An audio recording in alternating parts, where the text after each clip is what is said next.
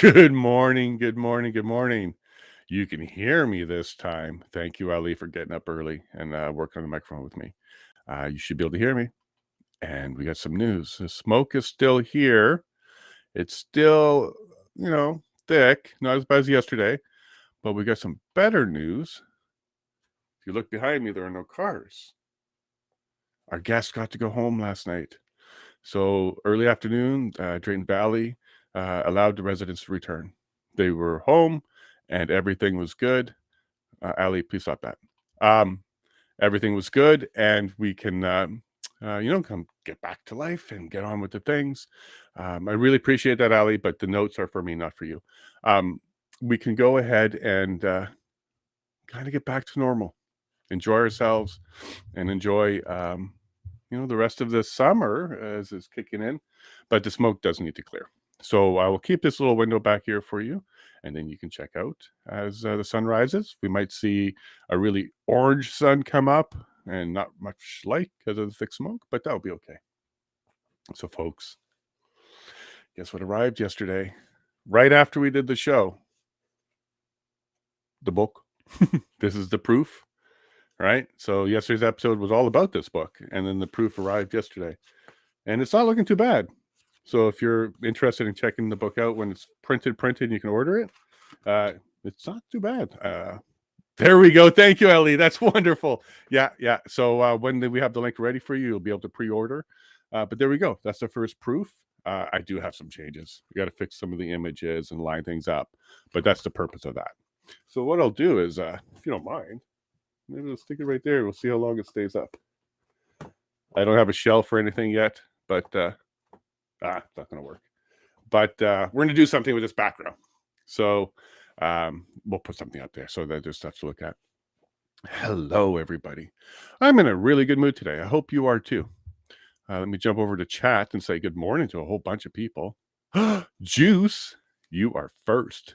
Good morning, Mo. Bro, Mo. We'll assume you mean bro or something. Good morning, Juice. Nice to see you, man.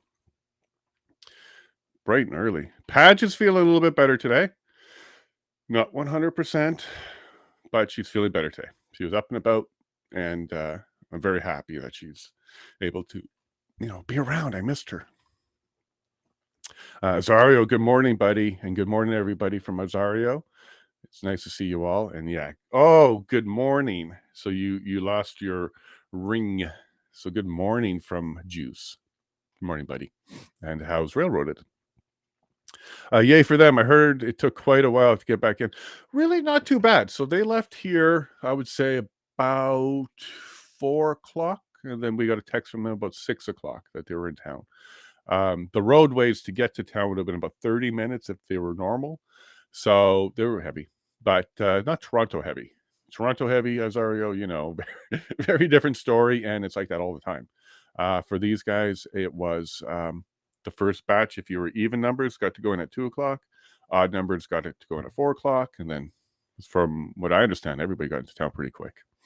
So yay, that's great. But we definitely got the smoke. So maybe what happened for them was the wind shifted to the southeast, which pushed the fire over the burnt area where it already burnt out. So that would help kill it as well and brought a lot of smoke to us. But in either case, they're home. They're safe. Some issues with their fridge and the food in there because they weren't expecting to be gone that long. So, of course, dairy and, stuff that's perishable had some issues. But everything else was great. A little bit of smoke in the air, but no damage. So we're very happy that Drayton Valley's back. And good morning, Ellen. Ellen, by the way, you were 100% right about Rumble. So I looked into it. I've got 2 channels, and yesterday's stream went to the wrong channel for the live. But if you look on today's stream, it should be correct and back where it needs to be. I've created a template, Ellen, so hopefully that will not happen again. But thank you very much for bringing it to our attention that the stream wasn't normal on Rumble. It was streaming. So my software, when it said streaming, was correct, but it was streaming to the wrong place. So we've now put the video up from yesterday in the correct place so everybody can catch up there. So thank you very much, Ellen. I appreciate that. And by the way, Ellen, how's the boiler? Your furnace is up today? I suspect so. Yeah, and the guests are gone. It was kind of sad. We got used to having them here, and I had a routine in the morning when I meet Ray for coffee. Great guy, awesome to talk to. If we're lucky enough, we'll have him on the show at some point. He's got some very good views, very opinionated, and awesome to talk to. Good morning, chat from Patch. All she can really do is type, so you won't be hearing her, but you can certainly read her. Ellen, someone forgot to turn on the heat here in Eastern Ontario. Us here too. It's chilly. It's chilly. And I pulled out the red black plaid. Hopefully John shows up today because this is his favorite. So yeah, it is chilly this morning here too. Not intolerable, but just chilly.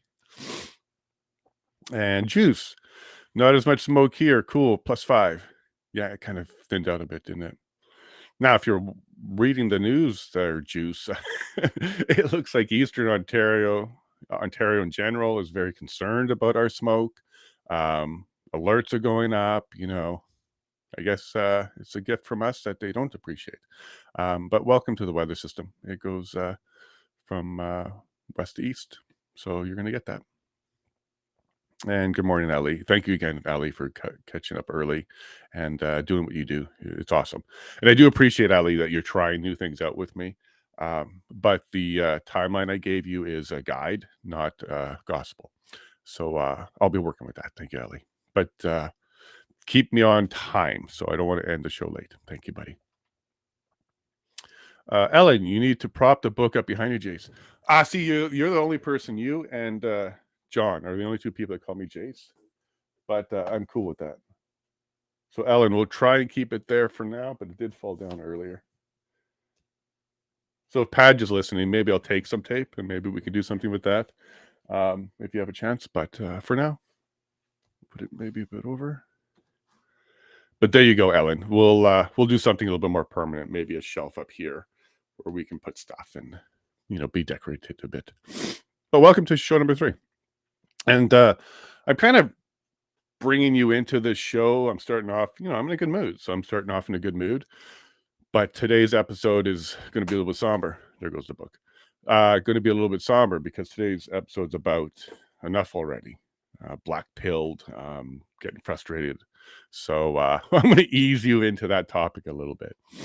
Prairie, bonjour, mademoiselle, comment ça va? Eastern Manitoba, there's some French out there.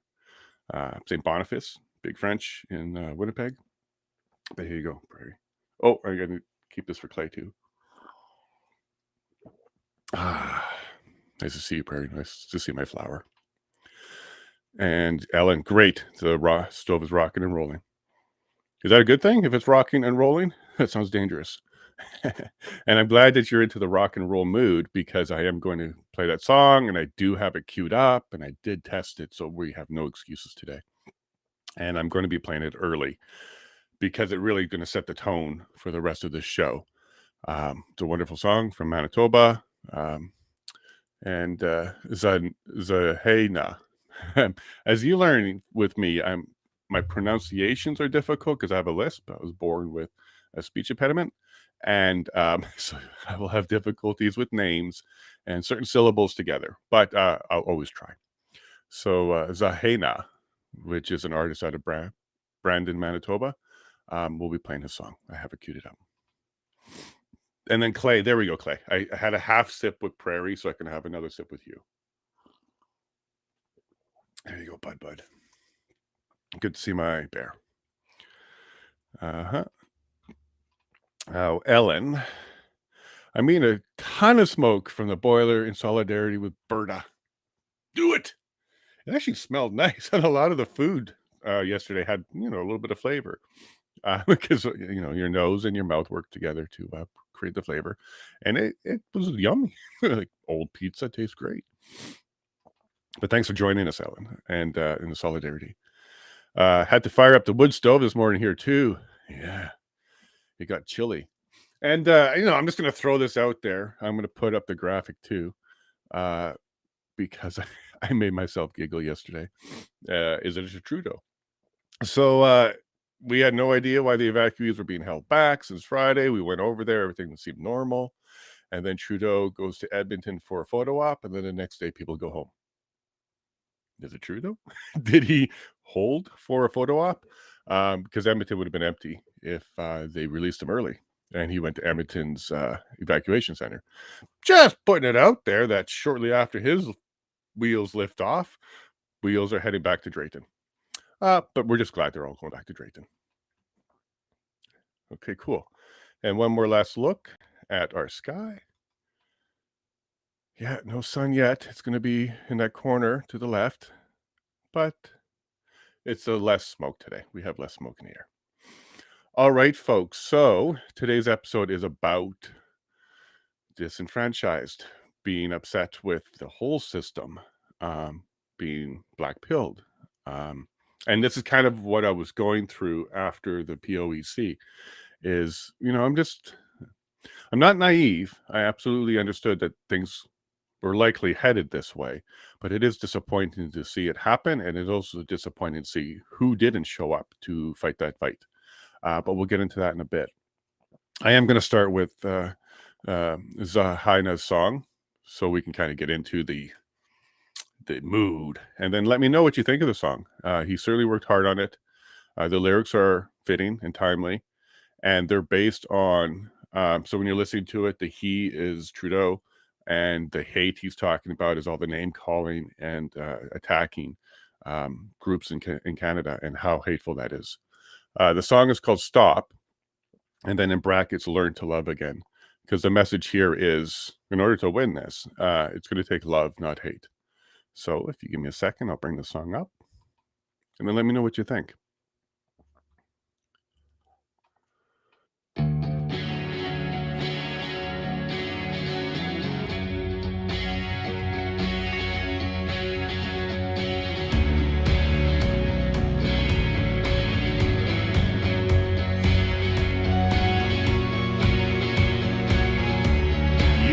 Us all go to sleep.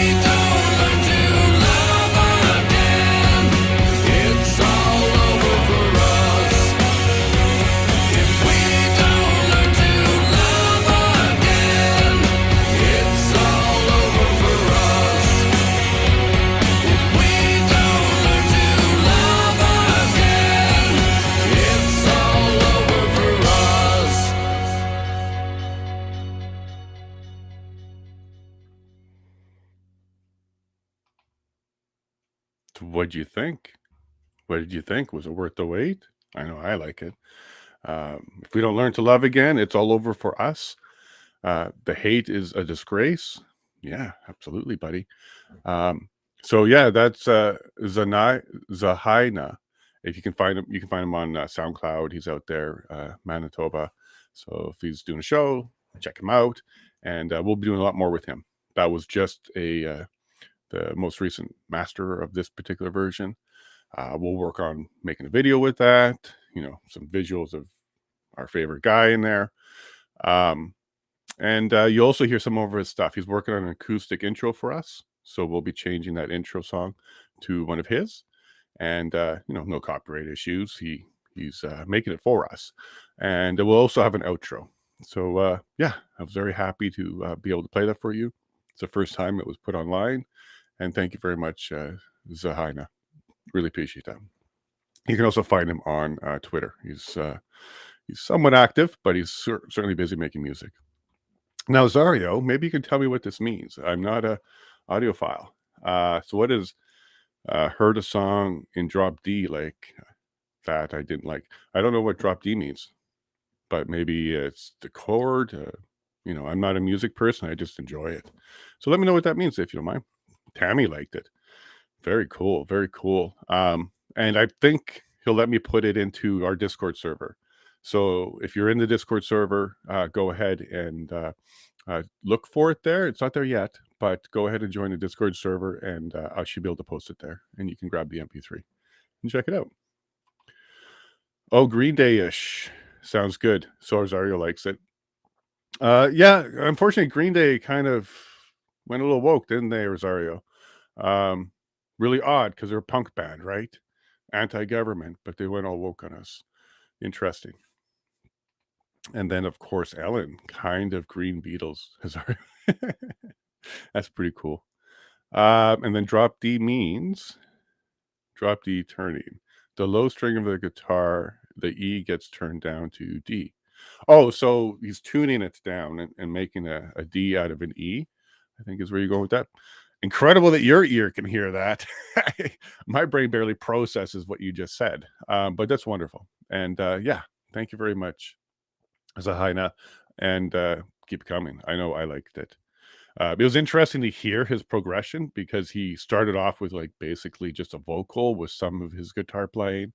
And then the next one he sent me had some drums and then the electric in it and then coming together. It was really, really neat to hear that song come together. So I am definitely biased. I'll put my bias out there because I was part of the growing up with that song. So I'm glad you enjoyed it. But let's let that set the tone. The tone here is a little bit of anger, right? And frustration because we're a little disenfranchised. We're a little bit blue-pilled right now. No, not blue-pilled, apologies, black-pilled. I was doing my research and I found something really interesting about the black pill concept. They've kind of started to redefine it to mean incels or celibacy. And there's this whole red, blue, black pill thing going on in the celibacy world that is not this. Okay, so when we talk about black pill, we are not talking about the incel version. Obviously, if I say I feel like I'm being black pilled, I have 2 children, so that's not what I'm talking about. But what I'm going to do here is I'll pull up a definition that I can find on this, and the Urban Dictionary has one that is valid. But everywhere else you look right now, it seems like they're really pushing a new definition of black pill to mean something a little bit more embarrassing than what I'm actually using that definition as today. So let me look for it. Urban Dictionary. And of course, I'm not going to spell in front of you guys. As we discovered yesterday, I'm horrible at that. All right, Urban Dictionary, black pilled. Let me find it. Let me get this on the screen for you. So these are there's a whole bunch of definitions, and some of them are definitely not applicable. Nope, not that one. Not that one. Anywho, the proper definition is The blue pill is you accept reality as it is, as delivered to you. That kind of came out of the Matrix. The blue pill is you're going to stay in the reality that you understand. The red pill is you're going to reject that and you want to understand uh, their truth or the alternate to that particular presented reality. So in the Matrix, you got to see behind the scenes. It was all, a sim, that kind of thing. Black pill is when you even don't believe that one anymore. So in the context of the Canadian political system, the blue pill is you're fine with the way everything is. Go ahead and throw it up, Ali. Go ahead. Ali just created a new graphic. Let's go ahead and see it, buddy. We, kind of take things the way they are. When you take a red pill, you are very critical and cynical of the government. You definitely are seeing them for what they are. They're not perfect. They make mistakes and they have agendas and they don't necessarily align with the needs of all Canadians. That's kind of what the red pill means. You're opening your eyes up to the fact that your government isn't an all powerful, supreme anything. It is a collection of people that have their own agendas and they make mistakes and they do things that are not necessarily great. Black pill is when you think the whole system is pretty much rigged. Um, both sides are on the same team, so conservatives and liberals are basically on the same team. And the more time you spend, especially in journalism, and reading and watching the videos, you definitely will start to see cracks in even the red pill. For me, that started with watching the POEC like very closely, and then seeing CBC report on it. It's incredible, like how fake it was, how much they lied, the angles they took, a little crack of negativity, but a whole whack of positivity. They would ignore that positivity and focus on the negativity. For example, the trucker convoy side, while they were testifying, they give lots of testimony around being restricted by the officials on moving trucks, for example. But the CBC would say they admitted to not moving trucks, but not mention why they couldn't move the trucks. So no, that's harsh. Like that's harsh to be seen day in and day out, and to keep putting your faith into the fact that this system's going to be just okay. But the POEC really opened that door for me. I got quite frustrated because my legal background, we're trained to believe that you absolutely will get justice if you follow due process and you do what you should do. We absolutely believed you would get uh, justice. We didn't. We didn't. To me, the inquiry was just a show. It was to demonstrate that they were following the statute's requirement to invoke the Emergency Act, which is to have an inquiry. But for them, it was just part of the process. It wasn't actually a real inquiry, which was meant to find the truth and issue recommendations. As we also know, the POEC had no powers to force somebody to be there. Doug Ford certainly challenged that and was successful at not arriving. And they also didn't have any powers to do anything. So if they did have some sort of contradiction or the truth came out or someone admitted to lying, there wasn't anything that the POEC itself could do. It could lead to other charges if the Crown wanted to. But when the government is investigating itself, come on, we've all played sports. Some of us did some street hockey. Some of us did some street basketball, where you call your own fouls.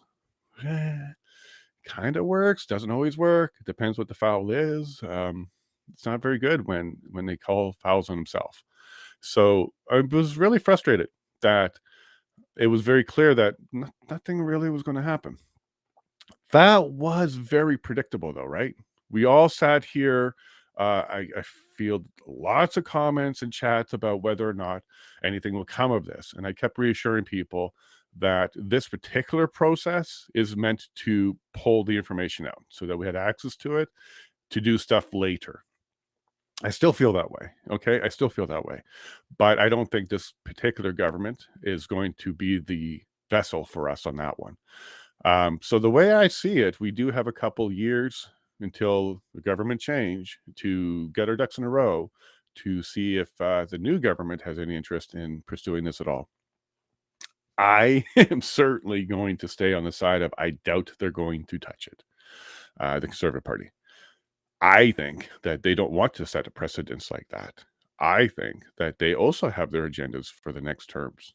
I think they prefer the system the way it is right now, where they can squawk about it, but no action. And that's because that's what we saw with the POEC. We actually did have some contradiction, some perjury. We found out some new information. We also found out that, yeah, absolutely, he had no justification. He was told he had no justification. It was just one person who worked with him who said he did. And that wasn't an official who had the ability to make that decision. But that's where we were. And that's where the finger pointing ended up. And then the report came out. It was very, very, very similar to what I thought it was going to be for them, but it definitely was missing out a lot of meat that I thought we would get as well. I definitely wanted to see a lot more about the government being forced to have liaisons and forced to speak to citizens. I didn't mind that they would hold the front on we don't talk to terrorists and stuff like that, but these aren't terrorists. These are citizens. So there should be a very clear distinction between citizens. So you're in Canada, you are a citizen of Canada. Therefore, whether you're committing bad things or not, you're still a citizen versus foreigners who are not citizens making demands on the government. I would have liked to have seen something around liaison happening. So am I black pilled? Am I black pilling? Am I past black pill? Am I headed towards white pill? Which would be a different experience altogether. I'm not quite sure. I'm certainly very, very frustrated. I'm not willing to hurt. That's not the level I'm at. I'm at the level of trying to see what I can actually do about it. So let's continue this fight. Let's keep going. I do want to trust media. I do want to trust government, but we're not there. And we're not there. And I think it's going to take some work to get there.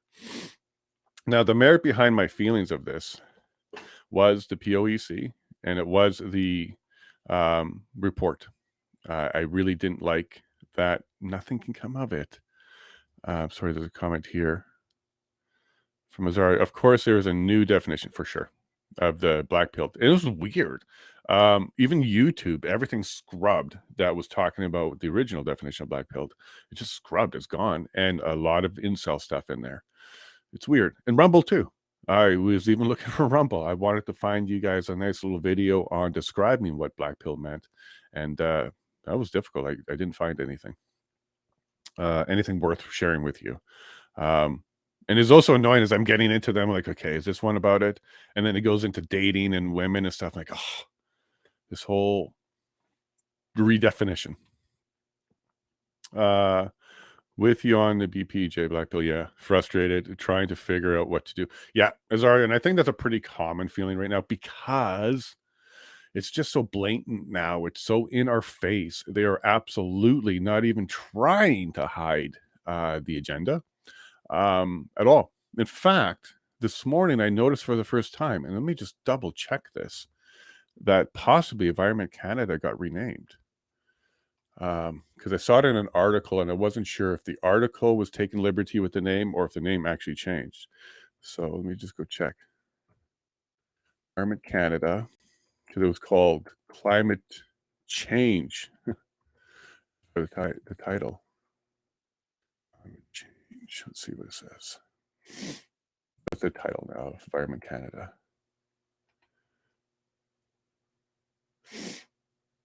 And by the way, sorry for my nose. It's just from the chill. I didn't catch the thing from everybody else. I didn't catch the throat thing from everybody else. It's just a chill this morning. So Environment Canada. They were changed to climate change a few years back, as Ario saying. Yeah, you know what, Azario? I didn't see that until now. I must have just, my brain was, yeah, Environment Canada and climate change. Let me pull up. Okay, Environment and Climate Change Canada.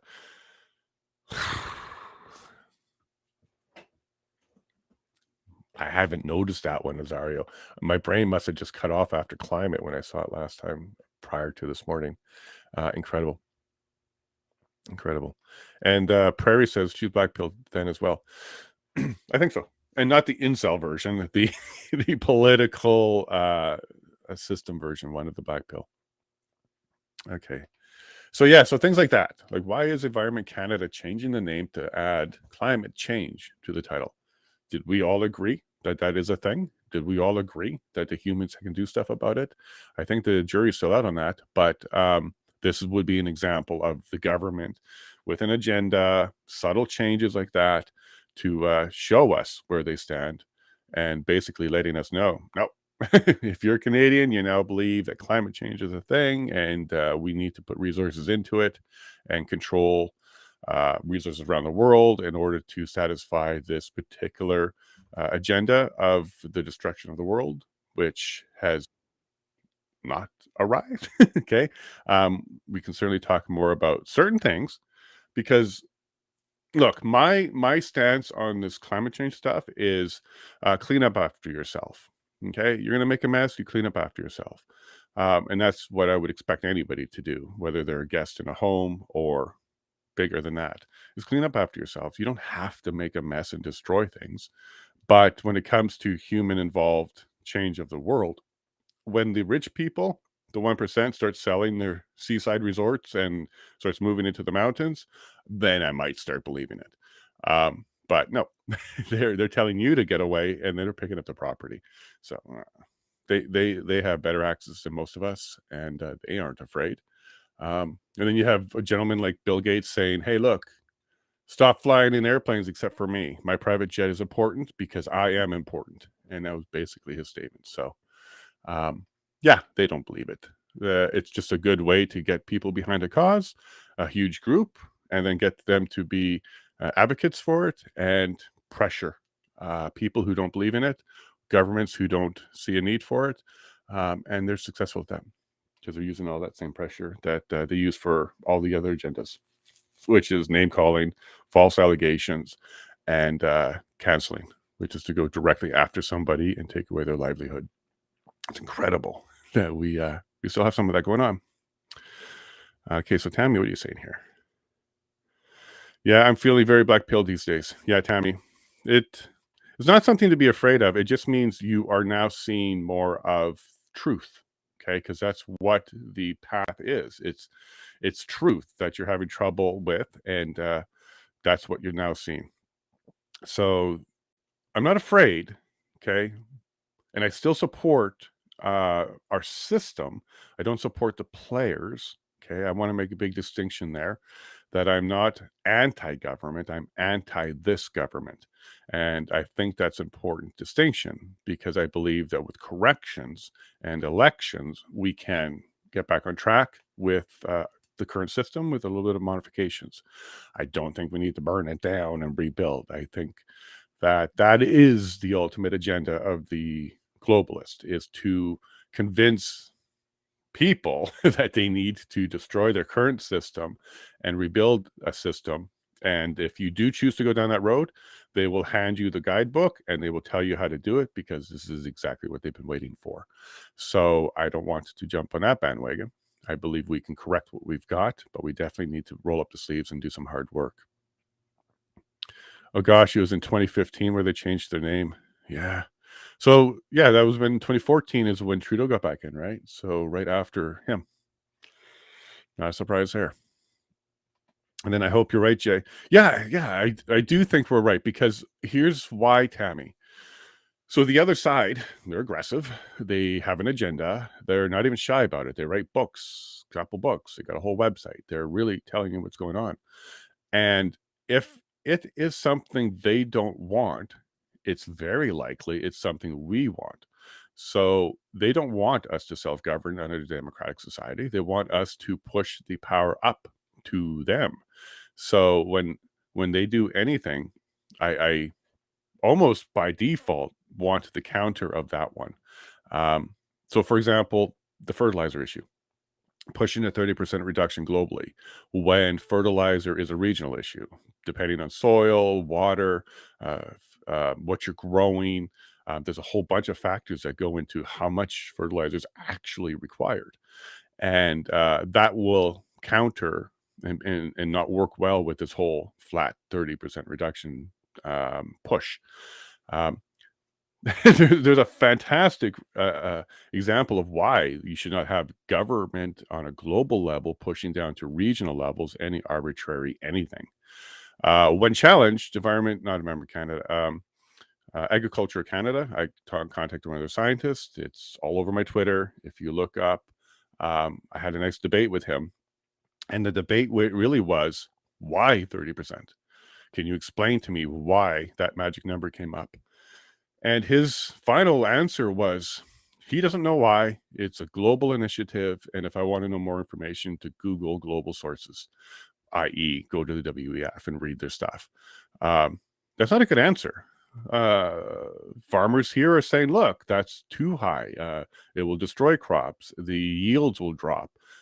We only use exactly what we need. We've never overdone any of this stuff. Farmers are always doing innovation on reducing their use of fertilizers because it's a very expensive part of their process. So they only use to the kilo exactly what they need on that field at that time. This is why arbitrary anything from anybody else who has no idea what you're talking about is harmful. It's only going to hurt the farmers. The only thing that can happen is a yield reduction, and then they're going to have to be told to swallow that loss. And they're already barely making it. We have a very dry summer, so there's a lot of fear around here that the crops are going to be bad again. A couple of years ago, they were bad. This year, they're going to be bad again. So yeah, I think that, whenever we move our power up the chain, it's headed in the wrong direction. So I'm going to be that guy that's trying to pull it back down to the people, because, guys, we always had the power. We always passed it on as a convenience thing. It's now been taken, and they're taking more and more. So, Tammy, I do think it's fixable. Okay, I don't think we need to rebuild. Okay, I definitely don't think a reset is required. So anything that is on that path, I'm not. I'm headed the other way. If they say we need to reset, I say we need to build up. I need to repair. So instead of reset, we do repair, because that's all we need to do. It's still made up mostly by us, the people of Canada. It's a handful of leaders who definitely understand how to get people in line. Um, we saw nothing but examples of persuading people to do stuff they didn't want to do by excluding them from things like flying, making it difficult for them to get things like supplies, making it difficult for them to do things like work. The government or Mr. Trudeau certainly can say, I didn't force anybody, one of these two there. That's technically true, but was there really a reasonable, realistic, justifiable alternative? There certainly wasn't. It was very akin to uh, like a parent saying to you, because I said so, and your punishment is no dinner, and I didn't kill you, so you can't complain. I guess technically maybe that's true, but the spirit of force is I had no choice. Okay, I had no choice. I didn't have the option. It was either not work or work. That's not a realistic choice. So in either case, that is where I'm headed with this episode today. I definitely have some negative feelings behind the current government, not government in general, but the current government. And I do think that we have to get some of these people out, and I think you know who they are. And what are we saying, Zero? I could banter on this no problem this morning. You want to come join? I do have a bit of a schedule here, Zario, but if you wanted to join, we can certainly get you in here. The next chunk we're talking about is the government is. Here, let me find that link for you, Azario. I'm going to put it into this. There it is. I'm going to put it into the chat. So if you do want to join, you can join. There you go. click that, Azario, and if you want to join, I'll put you in, because the next topic is about the government being the sole provider of truth. State-run media, and when they control that propaganda, definitely it definitely helps their mission and their agenda. So I'll give you a couple minutes there, Azario. If you do pop up, that's cool. If you don't, that's also cool. I will continue. I'm prepared to continue. I'm a former lefty, so seeing it all now, I feel like I was totally blind. How could I not just see? Oh, this is hard. How can I not just see how bad it was getting? Okay, let me add our buddy. And let's go here. Oh, I can hear you, my friend. Let me turn this camera off. Hey, Hi. hey. How you doing? It's been a Good little. morning. Good morning, Azario. Nice to see you, man. Yeah, great to see How was? everybody here. Yeah, how was your winter? You survived. I survived, and no, it was a pretty good winter. Got a lot of stuff done. Did some projects, some really neat things. Woodworking, being my forte. Yes. I did some really interesting things there. So I'll share some pictures. Do you want to build a shelf? I could send you a shelf in like 2 minutes. No problem. I can send you some swag right back too. Yeah, I could put Good an times. Azario shelf up. Be happy to. That'd be awesome. Yeah. Going back to Tammy's comment here, are you the same way? Because I was. I in high school I was more lefty. Not completely lefty, but maybe it was part of trying to court people. But in either case, I kind of had a left view, and over the last 10 years, I absolutely have stayed firm on the right. But what about you? Similar to Tammy, or you've always been on the right? No, I would say that I was on the left when I was coming out of high school. I was very involved in environmental causes, doing things like starting up recycling programs at in the community, and like driving around collecting recyclable goods and then taking those to a depot. And it was really concerned about the future of the planet at that point in time. Um, I think the natural progression for people is to kind of move from that left and social cause type of attitude towards a more conservative or and I hate to say it, self-centered, but looking out for yours and your own well-being, right? And I think Right. that's a natural progression for people as they age. Um, and it takes a lot of dedication to keep up with that current thing that the left is really pushing at that time, because it's ever changing. It's something always new. There's the next thing, the next thing, the next thing, and it's nobody's resting on their laurels at all. Yeah, and I think that's kind of 100% the way it is. The more life experience you get, the more you work, the more that you earn, the more that you want to hold on to, create a family, then you want to conserve. You want to conserve your future. And this is something the young people haven't really clicked on, is their movement is very young and they're against the very old. Don't they realize that we were young too? We were Greenpeace, we were Acid Rain, we were Save the Whales. We did a lot of things before they showed up. But we also tried that stuff and learned, well, we don't need to save them. Oh my gosh, there isn't this hole in the ozone killing us. Oh my gosh, the cars are not getting full of acid rain and the paint's peeling off.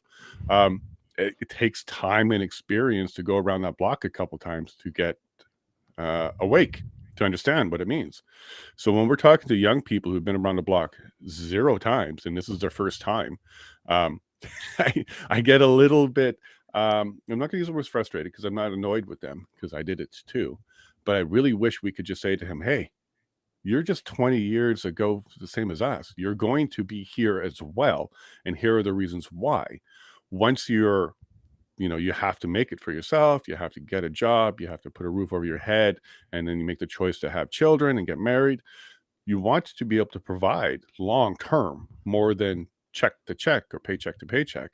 And that's when I think a lot of mentality starts to change, because you can't be liberal in spending other people's money under that. It just doesn't work. And that's one of the first things you discover, is only the government will be there with a little bit of money if you choose not to do it for yourself. And Mhm. then that's why they're pushing, we want more money from government, because that little bit to keep you alive doesn't let you go to the movies and buy cars and stuff like that. And they think that's incredibly unfair. Yeah. So, so I Yeah. can see how over time progression, the young to the right, is happening, and that's also why. Sorry, that's also why I think they're working so hard at capturing our youth, because their youth, they're also wising up and they are moving on, but they're not making youth. So there's a lot less people to fill those shoes.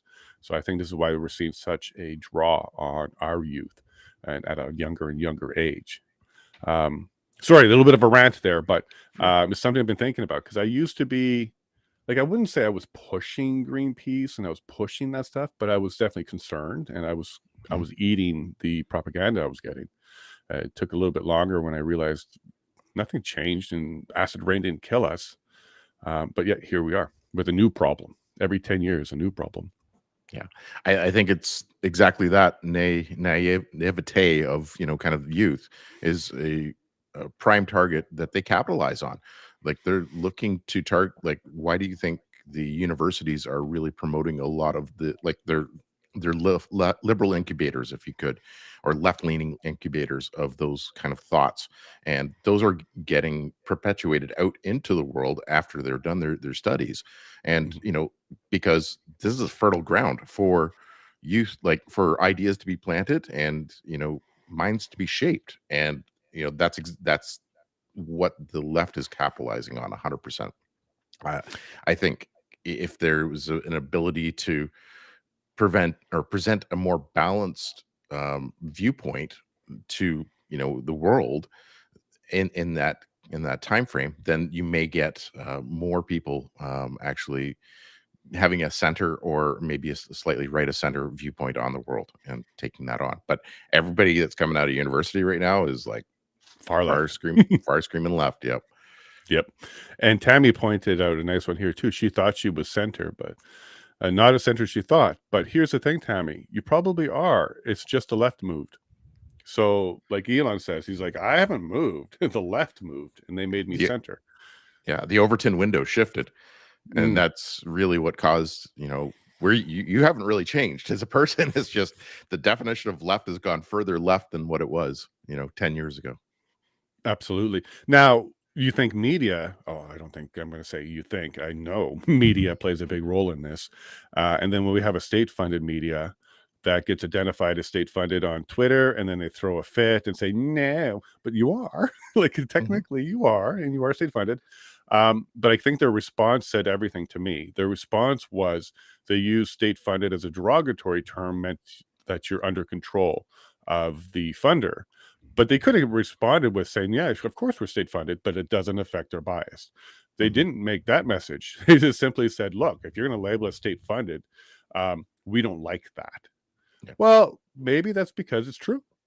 You couldn't really argue back and say, "Hey, look, they're just paying the bills. They have no influence on us." I would have listened a bit to that message if they said, "Look, yes, they pay the bills. The news in Canada is difficult. We don't have the population that supports it like in the American market, so we do have to subsidize, but there's zero influence by the government." That wasn't their message. Their message was, Oh, "Don't call us that." yeah. Only 69% influence. Yeah, only. Yeah. So yeah, so Well, they that go ahead.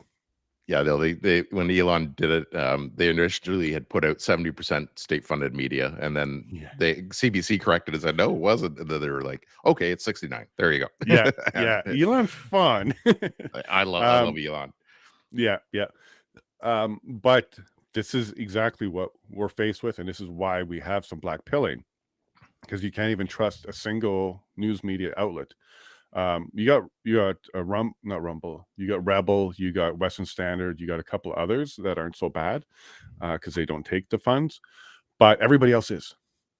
Like, there's no mainstream media at all that isn't government funded in Canada.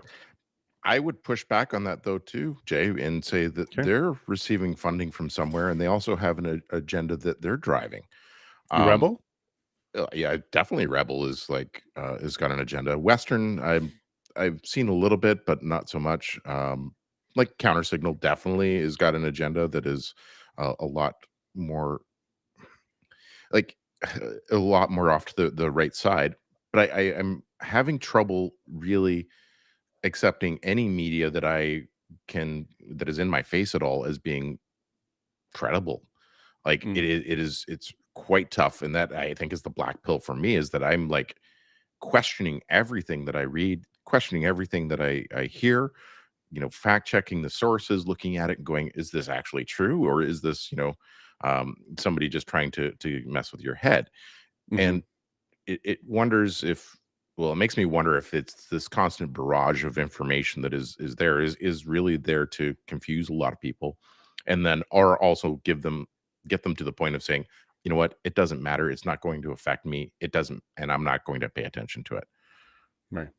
And we saw that too with the fire here. So Albertans are pretty skeptical, and even though this fire is happening here, rumors like crazy. People didn't believe anything coming out. Um, Ray, who was staying with us, was one of those people who absolutely had skeptical opinions on what they were telling us. And going to the news conference with him helped him because he was able to kind of, for firsthand in raw, see the officials talk and answer questions. Because he also watched how CBC reported that after. They didn't report any of the information that came out of the news Mhm. conference. They just focused on how the smoke's moving to Ontario, even though they couldn't show the smoke as they were talking about it because there was none. That's all they focused on was the effect that Alberta's wildfires were having on Ontario. They didn't talk about how none of the town actually burnt down. Uh, they weren't talking about how the fire was being fought and why it's having trouble. They just spoke about what they thought their audience would actually care about. And that side of the country, it would just be the air quality. Yeah, So, I yeah. didn't catch them at all, but I can say that we've had some haze here, but nothing crazy. I'm more concerned for the people in Alberta that got out safely and were, supporting those that had maybe lost their homes or lost, their possessions, and their livelihoods. Um, that's where my concern lays. It's not necessarily as long as the fires get under control, and we'll deal with the air quality issues. That's a far down the totem pole. It's not even funny. So A good chunk of you are still masked, though, right? So you should be fine. it is insane how many people I still. Well, it, I don't know. It's definitely dwindled down. I can count on, at least if I go to the grocery store, at least 10 people in there are wearing masks. Um, Yeah. but I'm not going to judge them. They do what they feel is right for them. Sure. I don't Sure. agree with it, but hey, I'm not going to bother you. Go do your thing.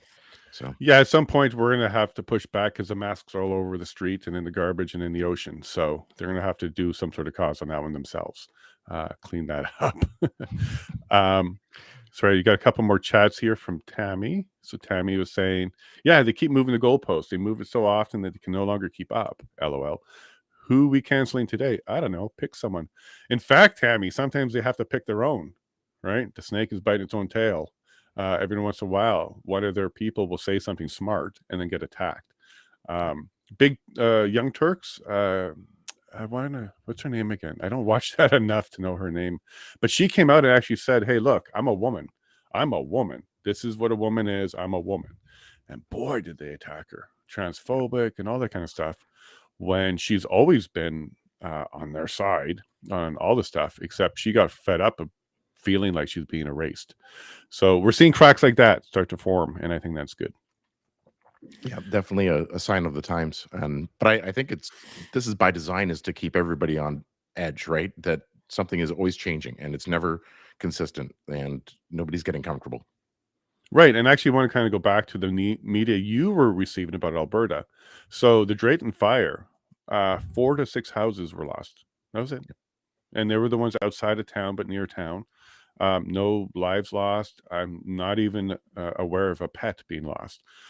So the human tragedy never happened on this side. We were prepared. We were strong. We were able to handle it. I don't think you guys were hearing that though. You weren't hearing how strong Alberta was and how great we're doing. You were hearing about how much danger we're in and how much smoke we're creating, and people are not home and how horrible that is. Here, we were doing fine, guys. Like we weren't. depressed. We weren't scared. We weren't running for the hills. We were dealing with it. And this is what, strong Canadians do, strong Albertans do. But I did notice how they were making us seem victimized. We were in trouble. We really needed Trudeau to come to Edmonton to shake some hands. Yeah. No, we were good. We had it. Never fail to capitalize on an emergency. Yeah, absolutely. And I can be honest, I kind of sort of did that by getting myself invited to the press conference. It's around the corner for me. I need to be bringing news to people. So I'm like, hey, look, can I come? There's an issue there. I want to be there. And they allowed it. So that was kind of cool. Good morning, Scott, Mr. Mayor of Alexandria. I haven't seen your campaign posters yet, but one day, Scott, you're going to send me those. Nice to see you, buddy. And let me know if you got some of our Alberta wildfire smoke. Put some meat out, get some salmon out there, take advantage of it. And then we got I got to do so. Yeah, let's do it. Well, we were good yesterday. Like everything tasted smoky. Pizza, cereal, everything tasted a little bit smoky. It was not bad actually. All right. And then Prairie's mentioning that the Weather Network issued an air quality statement for here, which is Manitoba, and she's mentioned that some fires are in Saskatchewan. Yeah. There's BC as well, has some fires. Majority of the larger ones are currently burning northern Alberta and just still west of here, but not enough for the town to be evacuated anymore. Ellen with her mask. Yeah, I guess that's the reason they've been practicing wearing a mask for 3 years, was for the Alberta wildfires that were coming. We'll just catch up a couple more chats here. Oh, railroad is back. There is nothing the left love more than to eat one of their own. It is weird when they do it too, and it's great. I thought Whoopi Goldberg was going to get into a lot more trouble for anti-Semitic comments. She got a week off, and then she came back. But yeah, they definitely will eat their own. Oh, and it also looks like they're eating Biden. Yep. They're slowly starting to nibble at his toes. They're eating Biden. I don't think they're trying to run him another term. No, it's to keep them in check, though. It's like you step outside of the lines, and we're coming for you. That's the message that is underpinning that. Absolutely, and we'll see if he is a candidate. They're starting to leak that FBI stuff. He did receive payment stuff. Like, we'll see where this goes.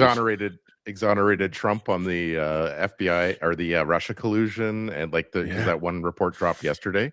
That basically said there was no Russia collusion at all, and the CNN Jake Tapper said it exonerated Trump. That's holy smokes. That's huge. That's huge.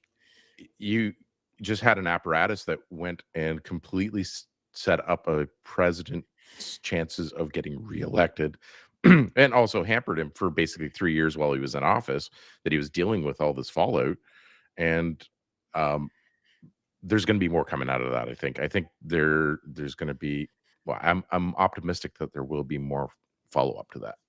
Yeah, maybe that's going to be, hopefully, something that will direct our Canadian institutions a little bit. You just went into the segue of the next segment here. Wonderful. You have this spidey sense going on, because we're going to get into the ethical issues on public trust. Like when there's an ethical issue with your government, Trudeau's got a few ethical issues, how that erodes trust as well. I'm going to say good morning to Railroaded, because you're saying hello to both of us there, buddy. Good morning, Railroaded. Yeah, we're an early show for Alberta, but yes, you have the replay. And great that you can make it. Love seeing you in here, Railroaded. And then Ellen saying, yep. Oh, no, Scott saying, yep. So you're running for mayor, Scott? Send me the poster board. I want to see it. And Railroaded. They warned students of Fairview College that if the fire gets worse, school may be postponed. My daughter is taking her final year of welding as we speak. Great job. She's gone into the trades. She's going to be very well. No student loans, no debt. She's going to do great. Good job, Railroaded. Yeah, the students that we had here also lost a week and a half of school. But their parents are now going to move them into homeschooling, so that's not an issue going forward. And then Scott is saying we did get smoke. Yeah, Alexandria, there's more coming, bud. The smoke got really thick the last couple of days. All right, so Trudeau, ethics. He's been found to have some violations. The Wii scandal, the China election stuff coming up. Let's talk a bit about that and how it impacts. Ooh, look at this little new graphic. That's brand new. That's brand new. Let's talk about how that affects and impacts us becoming black pilled. So, not just the media is sitting there working on overtime. Oh, look at that! You got one too. Awesome. I didn't even know we could do that. Well done, Ali. We're seeing his handiwork there.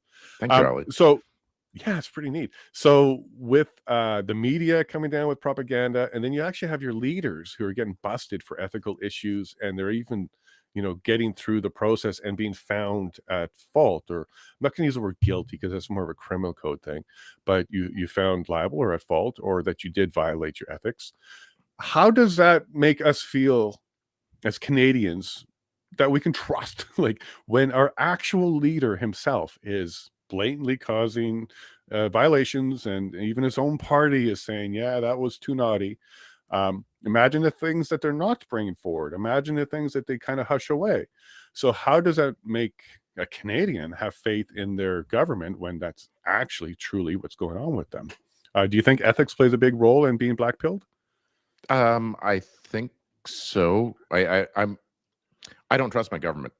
I want less government. I want to be able to govern what myself and those around me. And I want government to maintain some sort of semblance of law and order and security of the country. And that's really what I feel the need is. But I can't help but think that all these scandals and everything were done by design. It is simply that, you know what, we're going to do this anyways. We know it's wrong, but the benefit certainly outweighs the cost of us getting caught. And if we get caught, we're just going to say sorry and we're going to move along. So that tells you the type of people that you're dealing with. If they're willing to engineer something to that point, execute it, and then say, well, no big deal, we're on to the next thing here, and act like nothing happened. So I Yeah. think ethics are a huge portion of that. And frankly, I don't think anybody in government has ethics. And when you violate something ethically, morally, or the law, there's no second chance. Like you're gonna, especially if you're on one side, you're absolutely going to have some trouble. But yet, he's paying family members. He's helping contracts for people to get stuff. He's possibly has well known that there was interference from China during all the elections he's part of, and nothing. So it's hard to say, hey, look, okay, look, let's say we just woke up today. Okay, this is the first time we saw Canada, and here's our exposure to it. Lots of ethical complaints and violations from the Prime Minister. State-run media, which absolutely ignores real issues and provides false information all the time. How would you find yourself in a position that you trust anything that's going on? They if you know that they're just complicit in their activities, right? You know that Mhm. that is the case. There's the China scandal is one thing that is there. It didn't benefit Trudeau. Well, sorry, no, it did benefit Trudeau to suppress it and keep it under wraps, because if that had come out, I think at the time or near when the election was, a more conservative view would be like, well, why can't we secure our borders? And how are we allowing China to interfere in our election process, in our country, in our country's operations? Like that's core security, and a lot of principled people in Canada would have difficulty with that, and that might Mhm. be enough to shift them from that left of like the liberal slant to go over to the conservative side and say, well, I think at least that the conservatives are going to try to provide security of the country, and that's a value that is there. So Now, when you feel like it's by design, do you think that design's coming out of the Liberal Party or higher up? um, I think there's two architects in that. There is the Liberal Party that is, I think, responsible for a portion of that design. Okay. But then I also think that there's others like WEF, UN that are really pushing the agenda and saying, like, I mean, and not to say that Harper didn't sign us up for some stuff that was involved with the UN Agenda 2030, as an example. Like, because he Mhm. he certainly did, but Yep. um, Trudeau and team also had the ability to back themselves out of that, to say, "Well, you know what, we don't want to participate in that anymore." But so now they're complicit in going along with that plan, and also whatever else is coming down the pipe. And when you're trying to find out who experts are and who we should be listening to, we see things like, so the WHO comes out and says COVID's real, we should be worried about it. And then everybody points to WHO and says, look, we are following them. They're the ones that are saying that, and we have to do what they say. But recently, the WHO said COVID's over, it's no longer a concern. And then all the articles coming out are experts disagree with who. Experts say we're still, well. Then now, who's this expert now? You're now contradicting who we all believed for a moment there, even if we didn't agree with them. We all believed that they were the experts. It turns out, well, who are you? Who do you want us to believe and listen to? I think the answer is, when they're doing that, the answer is them and whatever they say at that time, and that's it. Kind of like your parents saying because or just cause. Yeah. Yeah. And oh, sorry a sec. Ali, cool. Thanks, buddy. He's going to correct that. I'm going to take the MP off of mine. It's not applicable unless it's my username. um, but sorry, ethical. Yeah. So when even the experts, let's quote them, are arguing with established, what we've been led to believe are the health experts, where do you get any truth now? You can tune into this kind of show, and then you should also be skeptical of it as well. I don't have an agenda other than to go win an election, but I don't have an agenda to trick you guys. But still, even with this show, you're going to have to be skeptical, make sure I'm not giving misinformation. I'm certainly working hard not to do disinformation. But even with this, like, how do you know that this is information is going to be true for you? I think it all boils down to critical thinking and the ability for somebody to digest thoughts, and not sometimes it's not even just the thinking about it, it's the feel that you get from listening to something and going, is that actually true? And having to hone in on that and unpack, well, what does the logic dictate? Could this possibly be true? And you kind of default to Occam's razor and look at what is very much likely the scenario, the case is likely the case.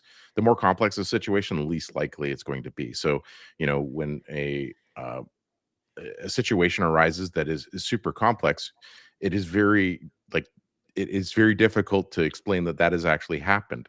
Um, I've seen it in many cases where it can happen occasionally, and it's a set of extraordinary circumstances that have happened one after another, and you're just like, how did that happen? That is insane that something like that has happened.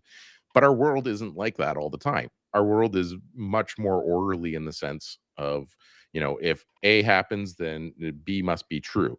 And you can usually use that as a guidebook. I think that is, being critical of what you hear, what you're told, um, is the key to this all. I think we've just, as a population, have shut off. We don't want to think about this stuff. Politics is stupid. It doesn't have any bearing on me. Voting doesn't matter. It's like I, I can vote for anyone. It's not going to change the outcomes. I'm still going to pay taxes. I'm still going to get more taxes taken away from me and less given to me. So why should I even bother engaging? Now, what would we want to see happen? Let's say we can be idealistic here and say, okay, Trudeau got found to have breached some ethical requirements. Kick him out, have an election right away, goes to his room with no food. He's off the hill for 2 weeks.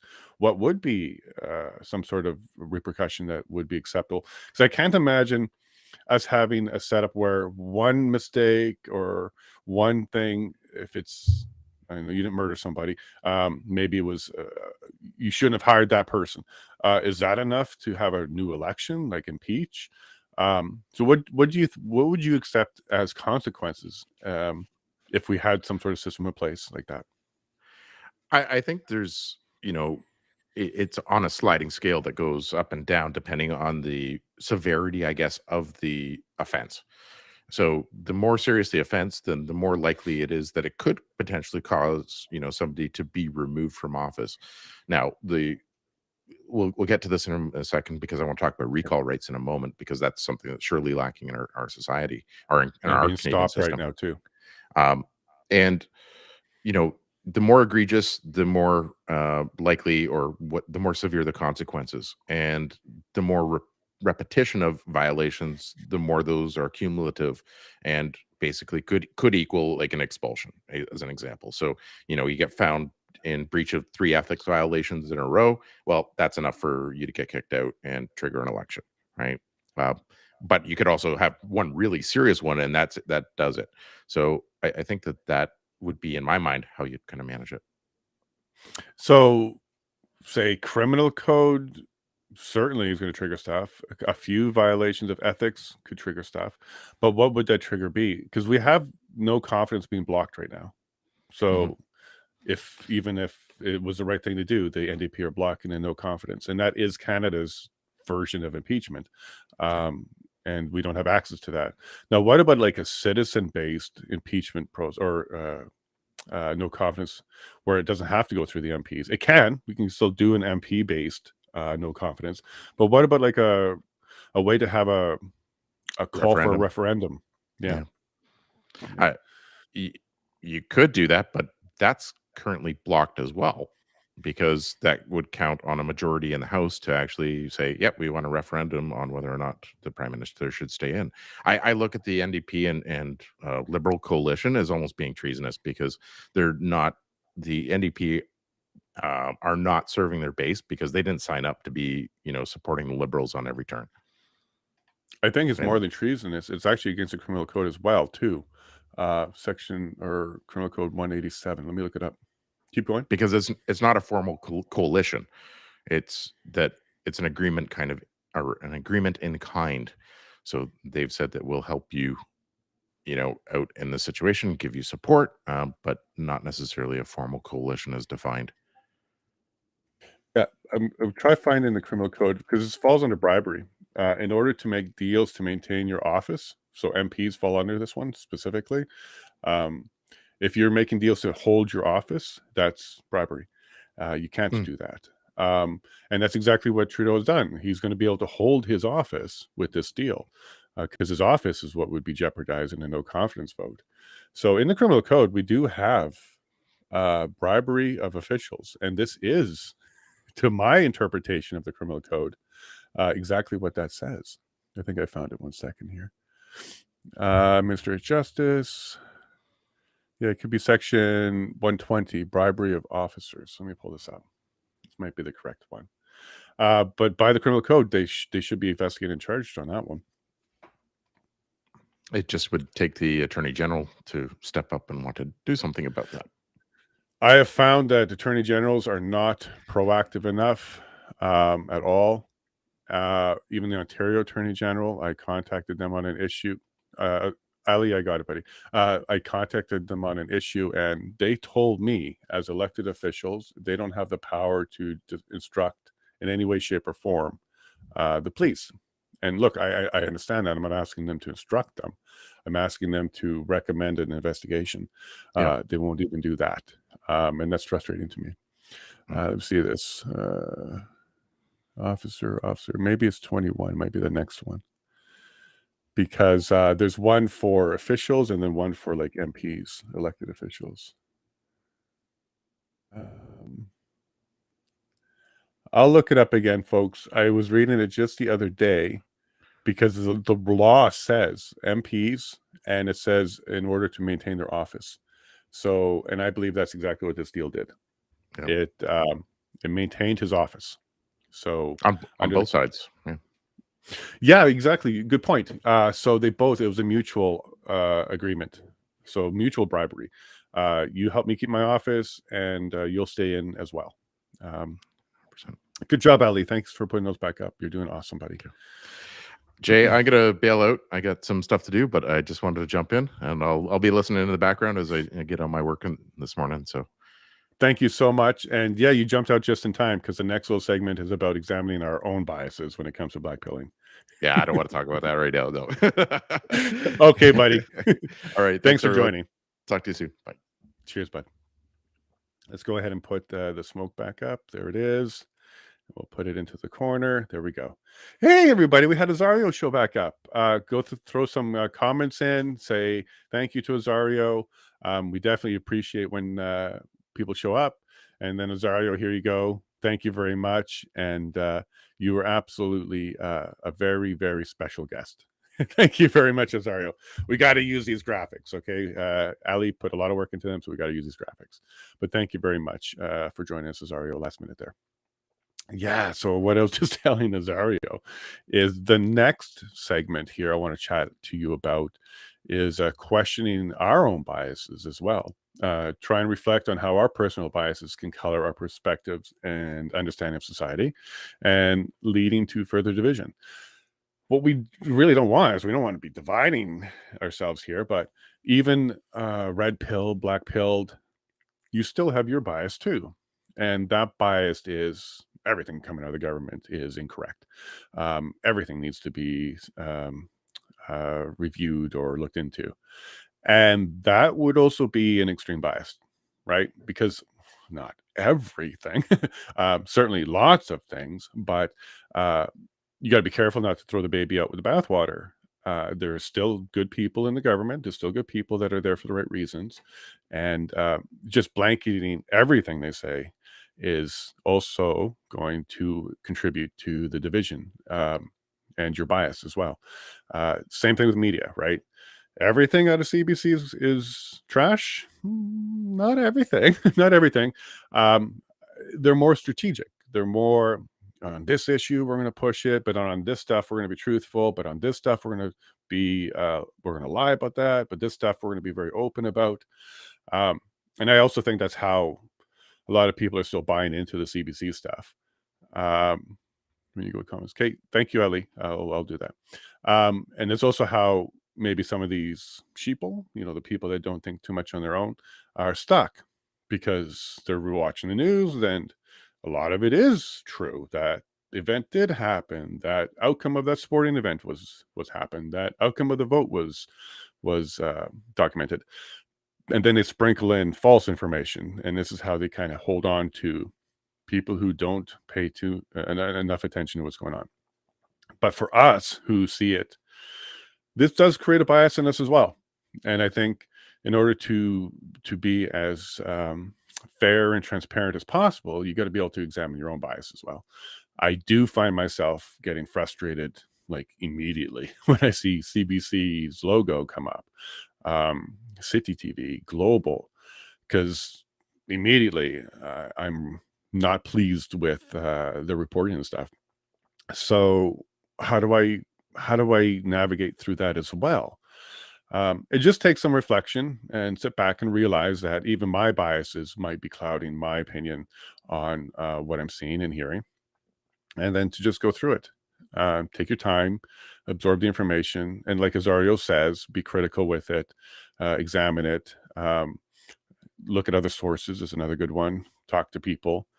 But what I'm trying to get at here is if we don't recognize that we too have a bias, the division is just going to keep growing, because how do you find the overlaps? How do you go, okay, so here's the part of CBC where they're doing well. I mean, maybe, I don't know. I can't even come up with a segment like business. They certainly have their issues there too as well. But here's specifically where we need to spend some time and focus and correct that. That's kind of where I'm going with this whole, we need to also question our own bias, because it will cloud our judgment, our responses. And if you are heavily biased to one direction, you better be correct, because if you're not correct, then you're doing the same thing that the other side's doing. So, this is kind of where I want to hold the mirror up to us as well. And we're certainly not the propagandists like them, but when it comes to how we are viewing the information, stuff like that, we can step back a little bit, just a little bit, and be a little bit less critical, but stay vigilant on the information. So we also have some more comments here out of Scott. He believes this is the agenda. This came up during the ethics conversation and how we can trust their government when they themselves are committing ethical and absolutely criminal violations and not being held accountable. And we still have to, try and trust them. I think that's incredibly difficult. Even if Trudeau came out and started doing some unraveling of what he has done, I still wouldn't trust it completely because I would still think, given his history, there's other reasons why he's doing that. And Scott is thinking, yeah, he's above the law. And yeah, we saw this too with the POEC. And I do think that there is room for reform around what can happen to elected officials if they are violating ethics and laws. Right now, it's not very clear. We can see that there's not even sanctions, really. There's just the report, and it comes out and says, "Yeah, okay, this shouldn't have happened," and and then what? Okay, and then what? If it was you, you would know it would be going to sentencing. But when it's them, I do understand a little bit why they need some legal protections because we don't want well, this is a tough one. We do and we don't want to be able to pull out leaders when they've messed up, but we got to also make sure that we're correct. What we certainly don't want to be doing is speculating because one side of the house really dislikes that party and they're coming up with information. And like we're seeing this with Trump, right? This whole Russia stuff, similar situation. So if we had that going on here, where it was false information and they were working really hard with the agenda and they're working really hard with the police and authorities. So in the States, FBI, here, RCMP and CSIS. What if they're doing that? Can they then remove the person that we elected in properly? So this is why it's a really difficult issue on how do you remove leaders through a process and that process isn't abused by the other side. It's a difficult one. But I definitely think we need to reopen that. Being able to block a no confidence vote by making a partnership with the NDP and the Liberal Party, I believe that specifically, specific thing that they've done there should be statuted out. It should not be something that they can do. Um, for example, like how would we fix that though?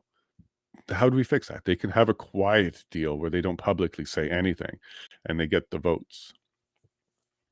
Let's ponder that one some more, folks, because we kind of, in order to get the trust back into the government, we have to trust how they even handle things that they shouldn't be doing.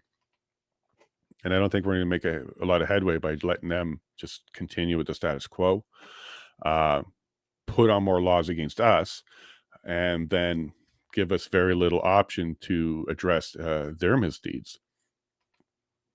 Thank you, Ali. That was cool.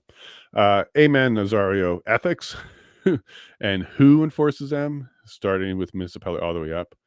Yeah, even below municipality, they're railroaded like school boards and up. Like your trustees, those people as well. They're a little bit below municipal, even they as well. Maybe we need to revisit our elected officials. I believe there's a duty of trust or something along those lines. There's some laws around that they have a higher elevated requirement for trust, and the penalties could be higher if they violate it. We may need to revisit that particular statute and to see how we can increase the penalties. Maybe they're fines. Maybe they do get suspended from the House for a period of time. I know that one will be very difficult because under our democracy, we can't exclude the representation. So, for example, during COVID, the MPs themselves, so that included the prime minister, were exempt from COVID vaccine requirements because what superseded that mandate was you can't exclude the representation of the people. So they couldn't tell the MPs that they can't participate because of the vax status. So that particular exception was maintained only for MPs because under the democracy, we can't exclude elected officials. So not a health issue, right? So the prime minister himself did not have to, but everybody that worked for him did. And of course, Prairie's bringing up our Our good old faithful WEF, World Economic Forum, still at it. They're pushing for the water. They're trying to control water. They're trying to convince you that water is endangered.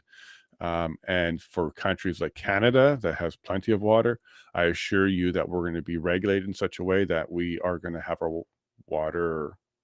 We're going to have to pay for it. We're going to have to watch. They're working really hard, just like they did with the um, fertilizer issue. They're working really hard to regulate water, and they're blaming farmers for the overuse of water as well. So they're going to go down that same road. Um, I hope that good people in Netherlands keep fighting. I hope people in Europe keep fighting that one as well, and I hope Canada keeps fighting that one as well, because uh, I don't believe there's a water issue in the world. I also don't believe that there's an air quality issue in the world. I don't believe that the sun is going to fry us because of a hole in the ozone. I believe all of this is very normal. I believe the solar system goes through changes. So that's the entire solar system, not just the third rock from the sun. All the rocks from the sun have had change in their climate. And I'm pretty sure that Hummers and gas guzzling anything are not uh, responsible for that. And then railroaded is, it looks like you got your mouth zipped there. You don't want to speak. That's cool. Yet the creep. Railroad is having a good time. It's great to see that. Yes, 100% Clay. This is where I was going to with Azario. So we have a house-based recall, but not a citizen-based. There is very little to no laws that give power to the citizens. And this plus inquiries are the two that I absolutely think need to be done. And maybe that's where we can tie them together there, Clay, is to have an inquiry process, which is citizen based, much like what Preston Manny has established, but statute based, and it has subpoena power, and it has perjury, and it has the ability to bring charges. That could be the way we do it. So maybe we don't necessarily do a referendum where we do a recall, but we do a citizen-based inquiry, and the results of that inquiry can trigger a referendum, and then the referendum itself can trigger the election.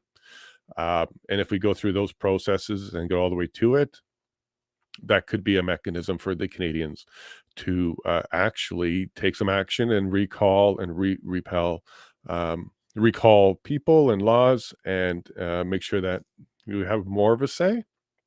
I would be open to that. I hope it wouldn't turn into an inquiry every month. I hope that we would be pulling these out when they're really necessary, and not just because one party disliked what the leader of the other side did that day. Um, so I would like to see it kind of tied to like a criminal code allegation. Ethics is one thing, but um, criminal is another. So if it's risen from an ethical issue to a criminal issue, then that should almost automatically turn into an inquiry with the powers to investigate the criminal issue. And then the consequences could be like seriously criminal charges and sentencing. Uh, but the inquiry's purpose is to determine whether or not a recall or repel should be happening, or actually a referendum for the recall or repel should be happening. And then we have another comment from Railroaded. What's placetite? Pull the nation. Placetite. I don't know that word. I can look it up. But pull the nation. Yeah, so here's the thing there, Railroaded. 60% of Canada's woke. So we're not going to get a majority of Canadians on board with any of this. So if we just straight up made it a popularity contest, we would not win. The cities are too strong, too dependent on the government. The power is centralized around the needy right now and not the ones that produce. So if we just poll the audience, we're going to lose that vote. That's kind of why we need a due diligence, a mechanism that doesn't require popularity. It requires an allegation that needs to be substantiated. It needs to go through court. We need to see the evidence, or a court-like thing like an inquiry, because it can't be a popularity contest. We would lose. We would lose. Right before the vote, he would announce some sort of financial contribution to the 80% of Canadians. Yeah, no, it becomes too too easy to buy your way out of that problem. And then you have that vote and you say, hey, look, I definitely did something wrong, but the people said it's okay. And we actually saw that railroaded with the vaccine, right? A majority of Canadians supported the mandating of the vaccine on the truckers. They supported the government's position on the truckers. So the poll wouldn't work. We would need a mechanism that is triggered when allegations are brought forward, ceases RCMP, private prosecution, and then we do it that way. Because popularity, we won't win. Why aren't the NDP screaming about that? Fake. Sorry, I forget what we're talking about there, Alan, the fake. But NDP is in a deal. NDP is not doing anything against the Liberal Party. It almost doesn't matter what the Liberal Party does at this stage. That deal is pretty strong. Singh is making sure that he keeps his position because he is not popular in the NDP right now. I don't think he feels he will win in an election. And also, Singh has made a couple comments in the past that make me believe that he believes he's way out there when he thinks this, but that he believes he's going to be the next prime minister. Um, I doubt that one. And I'm not sure what Kool-Aid he's drinking to think that that could happen. The only path I could see there is a complete collapse of the Liberal Party and all their support went to the NDP party, or there's a new party, the new Liberal Democratic Party, where they consolidated and gave Singh the leadership. I can't see any other way forward for him, not in the general. There's no way. But he has made comments where I believe that he believes he's in line for prime minister. So maybe there's more to this deal that I'm not aware of. But his cockiness and his confidence that he could be and would be the prime minister has come out. And I'm not sure why he has that confidence. It could be delusional. Okay. But I picked up on that one. And then Alan says, was going to say diapers, but didn't want to offend. LOL. Cool, Alan. Yeah, you guys can offend away. Offend away. And I am sure I'm offending some people. But I'm going to be very comfortable or very careful about making sure that we don't get ourselves kicked off. Okay. Far more important to me to get the message out than to push them so hard that they kick me off. We're not a Crowder. We're not a Daily Wire. We're not even a Tim Pool. We don't have the ability to keep our messages going. So we're going to do our best to kind of show you how to navigate a broken system, play within a broken system, and make change within a broken system by actually doing that. And doing that with YouTube and stuff like that is kind of along those lines. I apologize right now if that bothers you, that we're kind of conforming a little bit, but it's not conforming.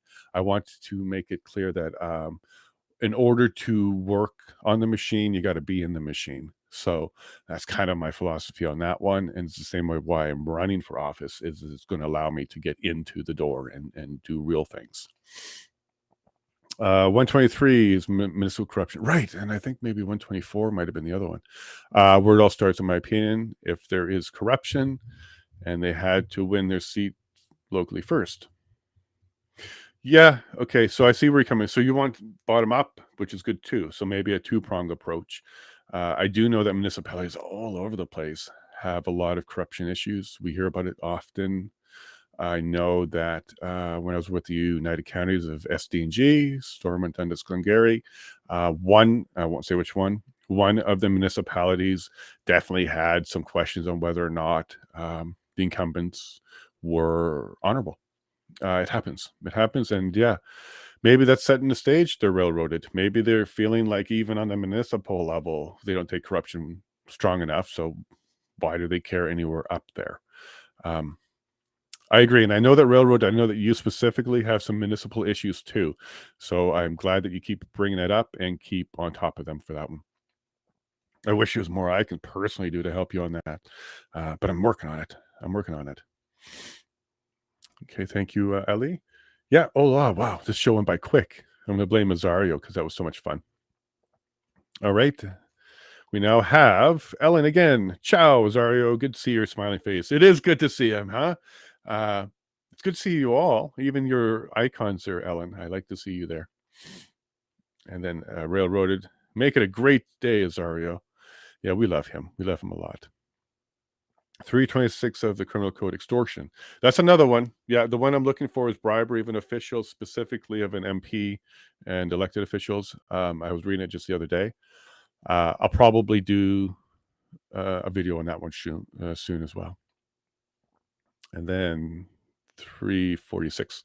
I'll look into that. 420. Boy, you guys are great. 423 is intimidation, I think, applies as well. There's a bunch. There really is a bunch. And here's the thing about criminal code. You've likely violated parts of the criminal code today without even, well, maybe you realized it, maybe not. But the point is, when there is corruption, there's likely a lot of things that would apply under the criminal code to those events. Bribery, intimidation, extortion, like you're bringing up here. Sure. Yeah. You have to prove it. Okay. So the extortion would need Singh or Trudeau to point the finger the other way, because you'd have to have them say, I feel extorted. But certainly the bribery one doesn't require them to participate. The bribery one is, did you make a deal to save your office? Well, it's pretty cut and dry then. But we need a judicial system that will actually do something about that. Good luck with that one right now.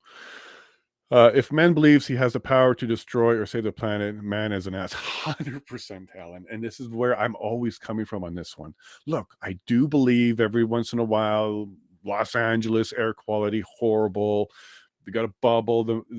The pollution's not moving. Okay, Beijing, we can say that. But globally, I think it's the most arrogant thing mankind has ever said, that they control the climate. I've never bought that one. The other planets have the same issues at the same time. I think it's incredibly arrogant. But we're not necessarily dealing with people that are thinking rational about that. They're just scared. They're afraid. They're being told, you're going to be underwater in 12 years. And they're responding to that. And they're young. And they don't know better. Scott's having a great time this morning. So awesome that you're back, buddy. Show up each time. That'd be cool. Let us know how things are in Alexandria. That'd be great. And I'll push your campaign if you actually run for mayor. Majority is a friendly name from yeah, exactly. So that's why I want to be careful. Popularity contests are not necessarily the best way to determine the right path forward. If you asked Canadians right now, should we empty the treasury and give you all the money and allow you to go and buy anything you want tax-free? Well, the vote would come back pretty high for a yes. Okay. But that would completely destroy us. That is insane. No treasury. We're giving it all away. There's no income back. The country would be gone. But the people would say, sure. So we got to be careful with popularity. Some people argue that anybody can vote is actually not a great idea, because you should have some intelligence about why you're voting and who you're voting for. So again, the popularity isn't the best way to get things done. Unpopular decisions from the Supreme Court, for example, may not happen if it was popularity based. And Placites. See, there's that speech impediment. May be constitutional, dealing with constitutional change, or simply legislative, dealing with ordinary laws or legislation. Railroad, I know you're a behind the scenes type person. You like to get into the chat, but at some point, maybe we should talk on the stream. I'm trying to fill in a day next week with more guests like Azario, so maybe you would be around. John wants to be on, so maybe we can do something next week and get you on for a bit. And they may be initiated either by the government or the people. The latter usually takes place at the local, provincial, rather than the national. Okay, so I guess what you're saying here is there are some mechanisms, maybe underutilized or not strong enough, that might be able to assist. I do see my lighting to get a little bit different. And Azario, if you're listening, I found a way to dim my light. I put paper in front. Right now there's 1 sheet, 2 sheet, There we go. One sheet. That's looking better. So I have some lighting control now, Ozario. A bit of a bush fix, but it works. And then Ellen, if people were really concerned for the minorities among us, why do they ignore the individual, the smallest minority? You nailed it, Ellen. They're always talking about we need to save the poor, we need to get people out of poverty. I don't disagree. Okay, I definitely agree that people should have paths forward for opportunity. But what you can never do is eliminate the bottom 5% of our poorest. We're always going to have a bottom 5%. The challenge, what we should be doing, and for the most part, we are doing that, is raising the standard for everybody. Like the water rises in the harbor, all boats rise. So the standard of the poor has been increasing over the years, which is good news. It used to be $1 a day, then $2 a day, the global number, and then up. That's the fight on poverty. There's no way you can eliminate the category of poverty because a category of poverty is a mathematical category. Bottom 5%. Always going to exist. So this fight to end poverty is impossible. Just like this climate one. I think it's impossible. But that is what, if you bring forward an impossible fight, that allows you to be indefinite. It's going to last forever. So we're always going to be guilted into the poverty issue, even though the people who would be classified as poverty today are living higher standards than kings back in the day. You got access to food, you got access to shelter, you got access to heat, water, electricity, air conditioning. This is all stuff that would have been amazing even just 100 years ago.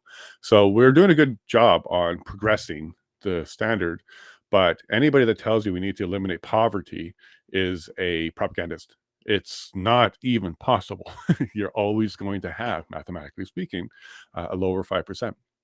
You just want to raise their standard. And I believe we've been doing that all along. We don't need initiatives from these groups. The progress of the entire planet has been raising the standard for everybody across the globe. This is something Jordan Peterson talks about a lot. He's very proud at the progress that has happened for the impoverished, and he says something very similar. We're doing great work. You can never eliminate it, and it's a fool's errand. And then railroad, cool. And Scott, maybe I'll run. Scott, I think you would win. I think you would win. You're well known in the town. I think you would win. Be fun to run. Watch the dimming about what and why they are spraying skies with. Oh, I think you're going to the chemtrail stuff, Prairie. As a pilot, I have a different opinion on that one. I put my fuel in. I don't have any evidence that says no. I don't have any evidence that says yes. This is one of those issues that I'm not saying it can't happen, but I I haven't seen it. Maybe I'll check out that movie. Okay, anything that you recommend, Prairie, I'll probably check out.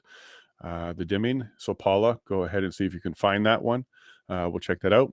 But that was a tough one for me. Some people just vote to vote. Yeah, they vote by color. Paint by color, vote by color, vote by pressure.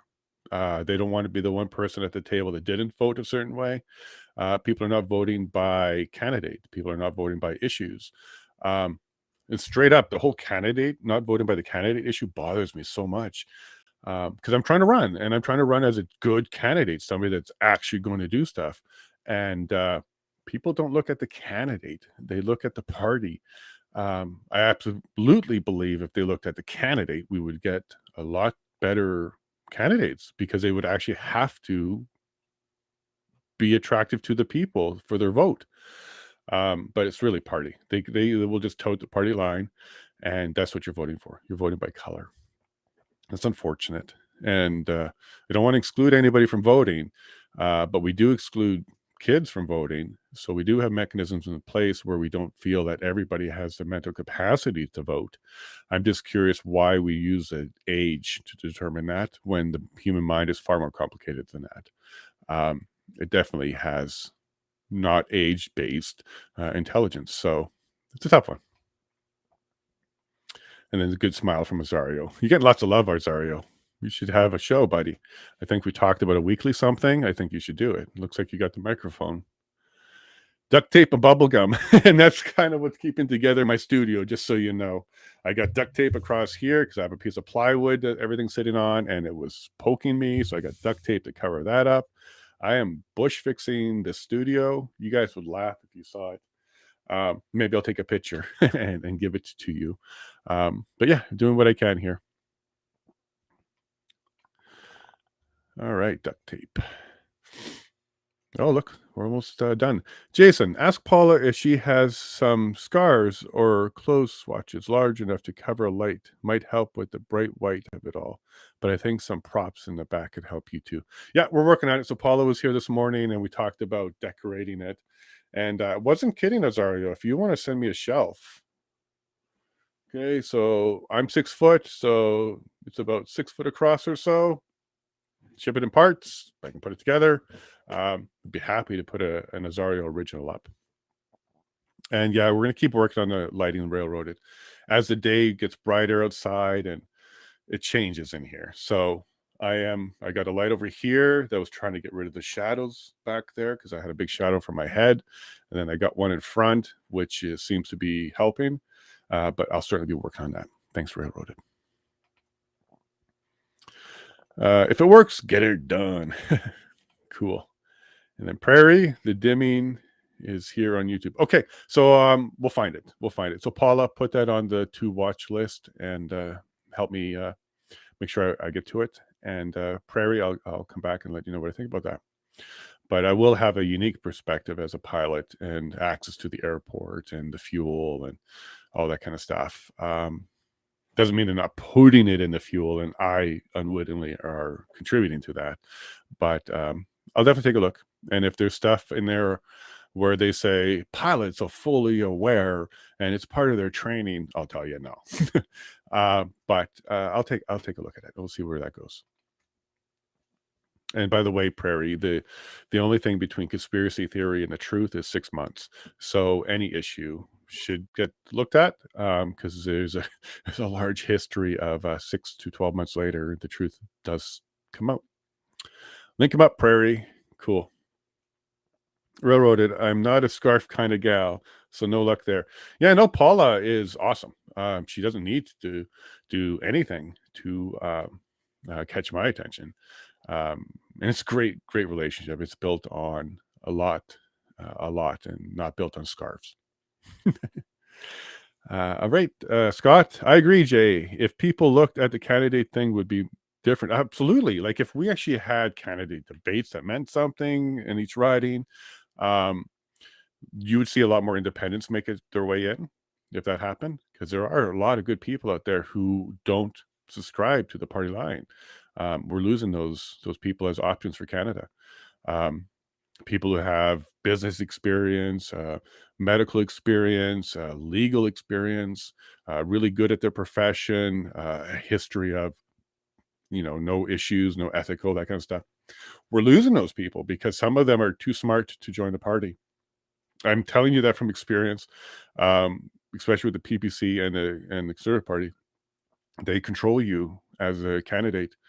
Very tough. They're very tough. So you definitely, and of course, the Liberal Party likely does it too, but I don't have experience with them directly. But Conservative Party and PPC, for sure, they're not for individual and independent minds. So that's why I talk about this whole modern party thing. And on Friday, I'll get into that a lot more. Friday is about my candidacy and what I think the parties need to do. And then tomorrow, Thursday, is about the Alberta election. So the people out in Ontario, this may not be the topic that you're looking for, but you should pay attention, because if Alberta is talking about independence, sovereignty, separation, it would impact you. There's definitely a lot of things that could impact you that you may want to pay attention to in this particular election for Alberta. It may be the beginning of a big push for sovereignty, or it could be the end of the push for sovereignty if Notley wins. So let's pay attention to this one too, even if you're out in BC. Out in Ontario. Padge, garage sale this weekend. Yeah. Railroaded, when you spend more time with us, you'll see that we will reuse things multiple times in different ways before we go buy anything new or even used. We're not super wealthy or anything like that, but we definitely like to utilize things like paper for light filters. It works. And yeah, we don't really frequent garage sales anymore, but we'll do something. Okay, we'll definitely. I have silly things like my diploma. Do you want to see my legal diploma? I've got some awards. What do you want to see back there? Do you want me to put a lumberjack axe up there? Let me know what you want to see back there. Happy to see what we got. But I do think something back there needs to be done. It's a little bare. Red green, that studio. Haha.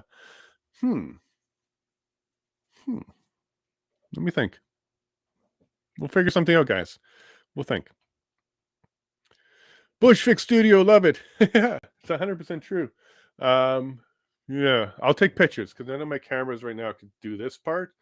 But I've got an 8x4 piece of plywood across the back of my benches because I'm sitting where the table is supposed to be for the dining room of the kitchen area of the trailer. So I removed the table so I can sit here, be centered to that. I got the two benches beside me and then a piece of wood across. I got cardboard on top of that wood taped down with duct tape in order to be not cutting my hands and getting splinters. But hey, look, it's getting it to you. I do have to fix this though because it's not sturdy enough. Look, I can move it too much. So I have to kind of fix that so I can touch the table a bit. But look, it works. We're here. Okay, Prairie's got the Demi channel. So you guys check that out too. Maybe we can all watch that tonight and we can chat a bit about it tomorrow. Or maybe Tuesday might be another day where we can talk about this. Because the next few days are kind of booked. Prairie Strong. I love Prairie. I love Railroaded. I love Clay. I love Azario. If I didn't say your name, I probably love you too. Thanks, Railroad. Still foggy this morning. Cool. 5-minute video out this morning. Canadians bankrupt. What the Banks of Canada is hiding. Hey, I'll check that out. Won't put it on stream today, but I'll check that out. Paula, please, if you can kind of copy these links down and make sure I get to them, that'd be great. And by the way, if you're on my Discord, all the chats from all my streams automatically go into a channel. I think it's called live chat stream or something. So you can always go back to that as well to get to these links that you guys are putting in here. And if you're not on the Discord, join it. And if you have the Discord link, go ahead and throw it in somewhere. Haven't seen it yet, but okay. We'll get to it. Railroaded. The scarves were for putting over the light. I'm not a scarf girl either, but I sure use them for decoration. Yeah, we'll figure it out. So far, this paper, I also got to be careful. We don't want to start a fire. That time of year, we don't want to start a fire. But yeah, we're going to do something. We'll figure this out. We can't afford to go buying a bunch of studio lights and that kind of stuff, but we'll make do. And then Prairie says, oh, no worries for Prairie. I want out of Ontario. Tammy, so many people are. We did. We left Ontario. Ray, the family that was here, they left Ontario. The neighbors to my south, neighbors to my southeast, and I think even a little bit further down, all from Ontario. Lots of Ontario. Thank you very much, Ali. I think we will have time for the song. So Ali is reminding me that I did want to play the song. We only got 5 minutes left. Yeah, no, we covered all of our topics. So let me just get through this chat and then we can go ahead. Actually, there's so many chat that I think what I might do is play the song and then put the chats up while the song is playing. So let me cue that up for you all. Okay. There's the song. Let me now add it to the stream. Thank you again, Ellie, for the reminder. But folks, let's go ahead and listen to the song as I go ahead and put the rest of the chats up, and then I'll say goodbye.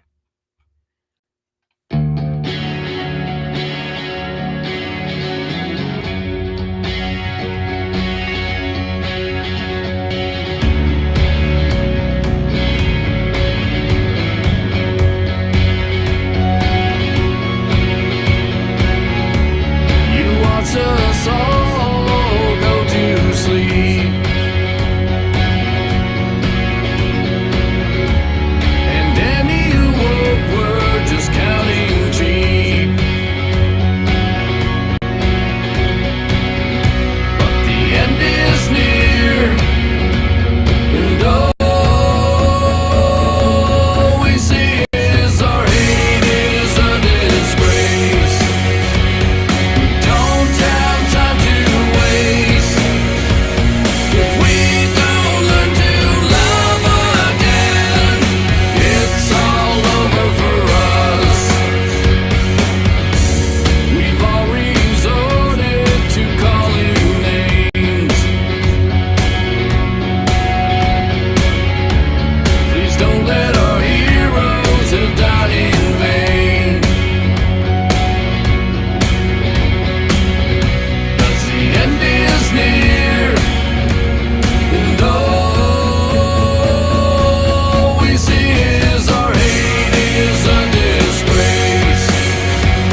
We don't have time to waste. If we don't learn to love again, it's all over for us. Our hate is a disgrace. We don't have time to waste. If we don't learn to love again, it's all over for us. If you want to be free, then you have to fight. If you want to be free, then you have to fight. 'Cause the end is near, and all we see is our hate is a disgrace. We don't have time to waste. If we don't learn to love again, it's all over for us. Our hate is a disgrace. We don't have time to waste. If we don't learn to love again, it's all over for us. If we don't learn to love again, it's all over for us.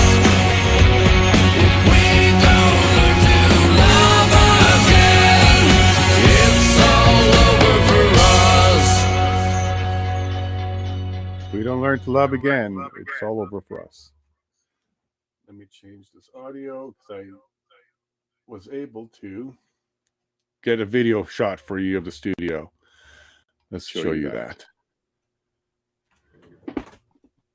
There's the duct tape.